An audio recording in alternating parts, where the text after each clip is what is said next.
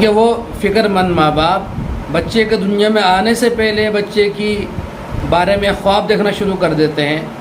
اور بچے کے بارے میں پلاننگ کرنا شروع کر دیتے ہیں۔ ایک عجیب واقعہ ہمارے سامنے آیا کہ ٹرین کے اندر ایک بچہ بیٹھا ہوا ہے جس کی عمر 7 سال کی ہے،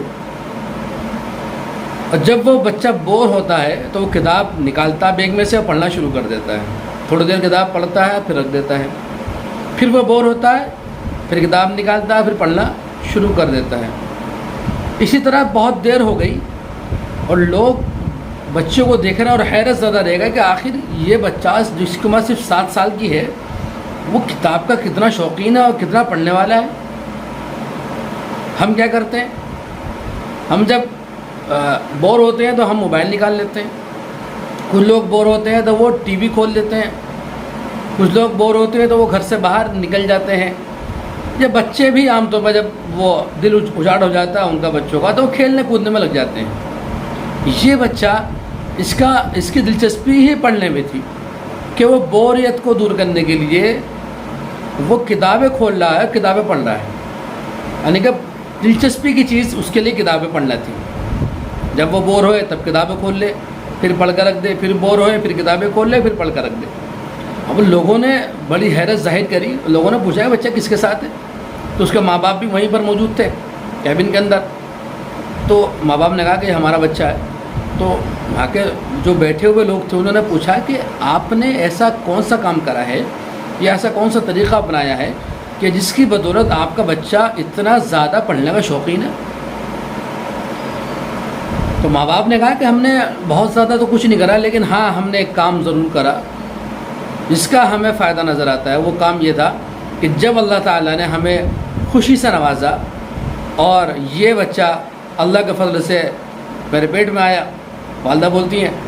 تو پھر ہم دونوں نے، شوہر اور بیوی نے یہ طے کرا کہ ہم اسکرین نہیں دیکھیں گے اور ہم جو ہے قرآن کی تلاوت کریں گے اور کتابیں پڑھیں گے، دینی کتابیں پڑھیں گے۔ ہم نے یہ 2 کام کرے ہیں، ایک تو اسکرین نہیں دیکھی اور قرآن اور دینی کتابیں پڑھنے کا ہم نے اہتمام کرا۔ اس کی بدولت اللہ تعالیٰ نے ہمارے بچے کے اندر یہ صفات پیدا کر دی کہ اسے موبائل سے دلچسپی ہے نہیں، موبائل آپ سامنے رکھو گے تو بھی وہ نہیں اٹھائے گا، اسے دلچسپی اور لگاؤ نہیں ہے، اور کتابوں کا وہ شوقین ہے۔ تو اللہ نے ہم پر یہ احسان کرا ہے۔ تو میرے بھائیوں، آپ نے دیکھا ہوگا کہ جب چھوٹا سا بچہ 1 سال کا بچہ ہوتا ہے، جب گھر میں اگر وہ میوزک کی آواز سنتا ہے، جب باہر سڑک پر میوزک بج رہا ہے تو بچہ میوزک کی آواز سننے کے بعد کودنا شروع کر دیتا ہے۔ وہ اپنے انداز میں اسے ڈانس کہیں آپ کچھ بھی کہیں، لیکن اس کی ہاتھ پیر ہلنے شروع ہو جاتے ہیں، گردن ہلنی شروع ہو جاتی ہے۔ 1 سال 1.5 سال کا بچہ وہ تو جانتا نہیں کہ میوزک پر تھرکنا چاہیے، اسے تو پتہ نہیں کہ وہ ڈانس کیا چیز ہے، وہ ڈانس کے لفظ سے شاید واقف نہ ہو، لیکن وہ میوزک کو سن کر تھرک رہا ہے اور مچل رہا ہے اور کود رہا ہے۔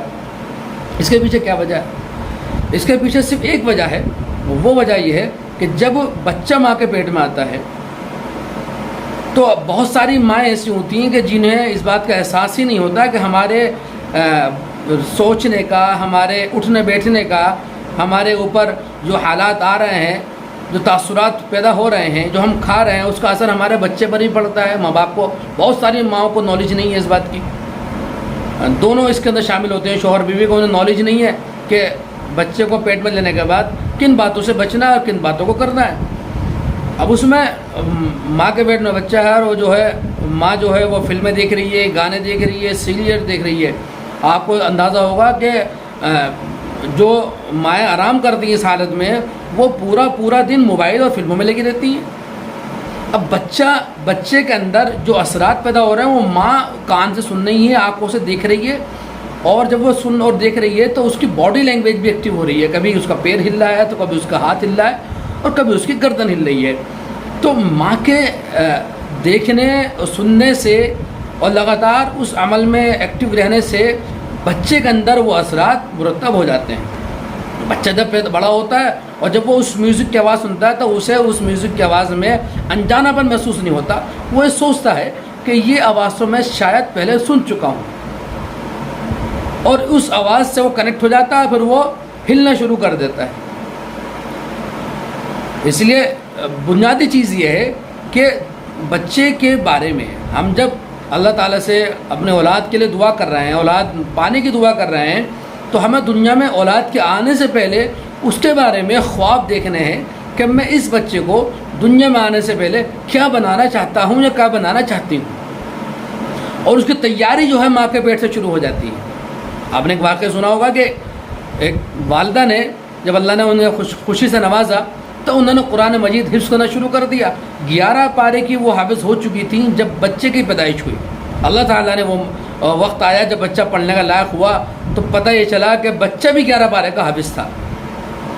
ابھی ایک ملنے والے نے ہمیں ایک واقعہ بتایا کہ انہوں نے کہا کہ بھئی جب اللہ نے ہمیں اولاد کی خوشخبری دی تو ہم نے یہ طے کرا کہ اہلیہ کو ہدایت دی تھی کہ ایک تو موبائل نہیں دیکھنا ہے، اسکرین کا استعمال نہیں کرنا ہے، اور اس دوران میں قرآن کی تلاوت کثرت سے کرنی ہے، اللہ کا ذکر کثرت سے کرنا ہے، اور دینی معاملات زیادہ بڑھانے ہیں، عبادت زیادہ بڑھانی ہے تاکہ ہمارے بچے پر اس کے اثرات مرتب ہوں۔ تو ان کا کہنا یہ ہے کہ ان کا بچہ 1.5-2 سال کا ہو چکا ہے اور موبائل سے اسے بہت زیادہ دلچسپی نہیں ہے۔ موبائل اگر سامنے رکھا بھی ہو تو وہ اگر لے لیتا ہے تو اس سے اگر آپ مانگو تو وہ دے دیتا ہے۔ موبائل دیکھنے کا دلچسپی نہیں ہے۔ ہاں وہ کتابوں کا شوقین ہے۔ عجیب بات ہے، 1.5 سے 2 سال کی اس کی عمر ہے اور وہ گھر میں جب کتابیں دیکھتا ہے تو وہ کتابیں پکڑنا چاہتا ہے، کتابیں پڑھنا چاہتا ہے، اور عجیب ایکٹیویٹی اس بچے کی نظر آ رہی ہے۔ میری نالج میں یہ واقعہ الحمدللہ ہے۔ تو جو ماں باپ جو ہیں اپنی اولاد کی فکر دنیا میں آنے سے پہلے کرتے ہیں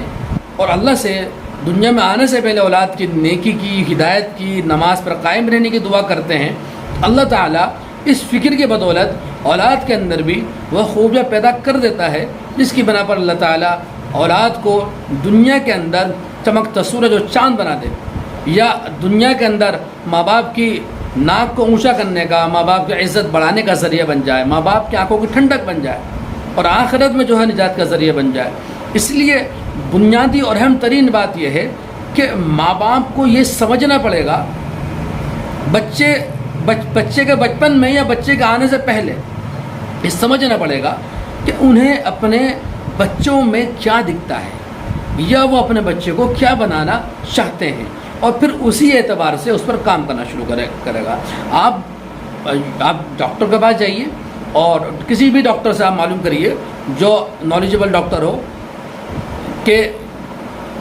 کیا ماں کے پیٹ میں جب بچہ ہوتا ہے تو کیا اس بچے کے اوپر ماں کی ایکٹیویٹی کے اس پر جو حالات پیدا ہو رہے ہیں، یا وہ غصہ ہو رہی ہے، یا وہ خوش ہو رہی ہے، یا وہ ڈپریشن میں ہے، یا وہ پریشر میں ہے، کیا اس کے اثرات بچے پر پڑتے ہیں؟ تو آپ کو ڈاکٹر بتائیں گے کہ ہاں میڈیکل سائنس بھی اب یہ کہتی ہے، اسلام تو یہ کہتا ہی ہے، لیکن ہم لوگ جو ہیں اس وقت ہمارے اوپر جو ہے سائنس کا ایک بھوت سوار ہے،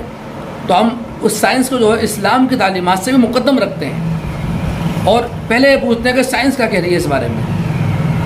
یہ نہیں سوچتے کہ اسلام کیا کہہ رہا ہے اس بارے میں، اللہ کا حکم کیا کہہ رہا ہے۔ اور یہ بات ہم جانتے ہیں کہ سائنس پر ریسرچ ہو رہی ہے، قرآن مجید کو سامنے رکھ کر، اللہ کے کلام کو سامنے رکھ کر ریسرچیں ہو رہی ہیں،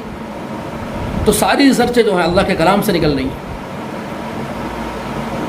تو یہ جاننے کے باوجود ہمارا یقین اللہ کی ذات پر، اسلام پر کمزور ہوتا چلا جا رہا ہے، اور ہماری نظر میں سائنس مقدم ہے۔ تو جو لوگ سائنس کو مانتے ہیں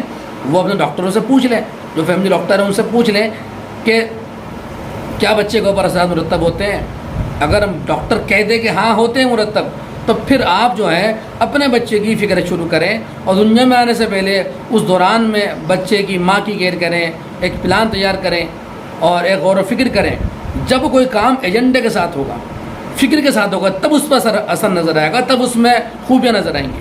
کوئی کام تو اس لیے بنیادی اور اہم ترین بات یہی ہے کہ ہمیں اپنے بچوں کی تربیت کرنی ہے۔ اس تربیت کے لیے ہمیں بہت پہلے جاگنا ہے، بہت پہلے سوچنا ہے۔ جب اس کام کو سوچ کر سمجھ کر کیا جائے گا، اللہ تعالیٰ اس کام کے اندر تاثیر پیدا کر دیں گے، خوبیاں پیدا کر دیں گے، اور ہمارے بچے ہمارے لیے دنیا کے اندر، آخرت کے اندر کامیابی کا ذریعہ بنیں گے۔ اللہ سے دعا ہے اللہ تعالیٰ ہم سب کو عمل کی توفیق عطا فرمائے۔ وآخر دعوانا ان الحمد للہ رب العالمین۔